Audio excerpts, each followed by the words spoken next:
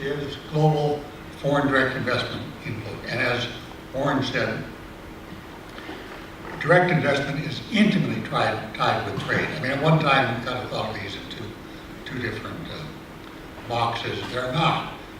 Direct investment and trade are twins. And especially is that true in the service industries, for which the United States has a very, very strong comparative advantage. But for many services, which you can't supply purely by digital, you have to have some representative there, finance, whatever, accounting, you need foreign investment. And most of our U.S. foreign investment, 3/4 is in services. But the world picture isn't great. You know, it's less now, and the trend doesn't look good. So, in my way of thinking, taking just these two facts, this is not the time to be laying heavier taxes on multinational corporations, which are a real engine of global growth and global spread of technology, global productivity. So could you go back to my headline so people could just remember where I think of? I'm in the clear minority. I don't like the BEPS project. Now, I was in this minority before the senators whom Wayne referred to discovered that this wasn't really good for the U.S. and that before the Treasury, which was big enthusiastic about this project at the beginning, has suddenly discovered, hey, this isn't good for the U.S. So I think I was at that starting point quite a while back. So let's go to the background. Well, they have, you know, it's a big outfit, the OECD. I have a lot of respect for them, very good economists, but this project I'm not keen about. They have 15 so-called action items, and they cover distinct areas of taxation.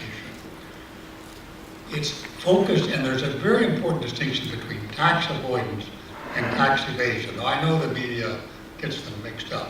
Tax avoidance is when you plan at an individual level to, you know, put your money in a 401k instead of taking a salary. You're avoiding taxes. You're putting the money in, not paying taxes this year. You pay taxes when you take it out when you retire. That's tax avoidance, straight and simple. When you're a renter and you go to buy a house and you take your mortgage deduction, you figured out, you know, I can deduct my taxes on my house, I can't deduct them on my rent, I can't deduct rent payments, which are mainly service of capital, so that's tax avoidance. Well, corporations obviously do the same. They, you know, they've got bright lawyers and so forth.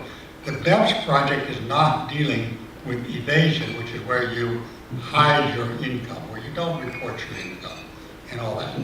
That's, though there's language that kind of suggests it's the same, it isn't the same. We have obviously some of our corporations are engaged in evasion, but if you look at the record of what the IRS collects through getting corporations tackling their, you know, the way they report their income and so forth, it's not very big. We don't have huge scale corporate tax evasions, especially not for multinational corporations. Where we get tax evasion in this country are anybody who deals in cash at the restaurants, taxi drivers who take tax. That's where the big evasion percentage is. It's not the multinational corporation. So, as Warren set it up, the interaction between the U.S. tax system, where we have this high federal rate, and then we have state rates which average about 5% on top of that, and the BEPS recommendations, you know, they really, if implemented, if carried out, really hit U.S. MNCs much more or disproportionately heavy. And further, and this is quite important, thanks to the BEPS project, which the U.S. really inspired to begin with, other countries, starting with the UK, Australia, France, Netherlands, they've all been in this game. They say, hey, we're going to pick up some of these BEPS recommendations and let's hit the U.S. corporations on their income in some jurisdiction where we can somehow nail it. And so that's what's going on. And let me go now to the next. This pretty much reinforces what I've already said. So I disagree with basically all those propositions, but that's the underpinning of the BEPS project. If you believe all that, well, I can't help you. So, but to again repeat something else that Warren said, if you go back to the 1986 U.S. Tax Act, that's when we brought our rates down to 35% at the federal level, at the corporate level, and we've stayed there. Other countries, they followed us quickly, and now virtually every country, which is a major competitor, has substantially lower corporate rates, and also, unlike 30 years ago, which had some other countries with the worldwide system, virtually every country has flipped to a territorial system. Japan was the last major country before that, the UK, to flip.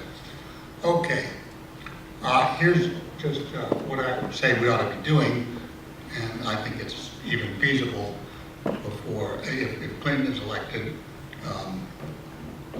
I like the patent box system. If there's a question, I'll explain it really, but I won't take time here. I take the BEPS actions, and there's a long working paper on our website at the Institute if anybody has insomnia. And I divide them into 3 groups. I'm only going to discuss the troublesome ones right now. So, action 3, which basically says countries should tax passive, CFC means controlled foreign corporation, that's subsidiaries of multinational corporations, at the parent country's tax rate. Well, you know, it's true. Apple puts a lot of its its intellectual property income, which is a big portion of its total income, in low tax jurisdiction countries. Luxembourg, wherever, Hong Kong, Singapore, wherever around the world, Ireland. And that's taxed at, you know, someplace between probably 8 and 15% roughly.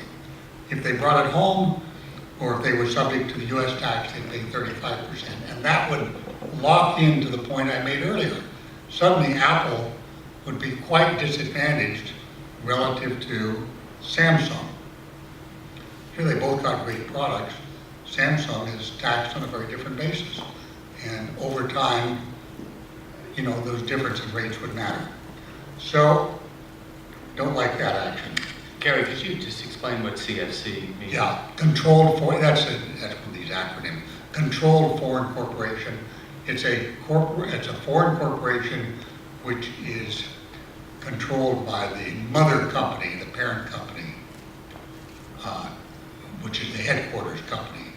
So typically control means more than 50% share ownership, but there can be cases where it's less than 50%, but the 40% owner essentially controls the company. So that's what that is.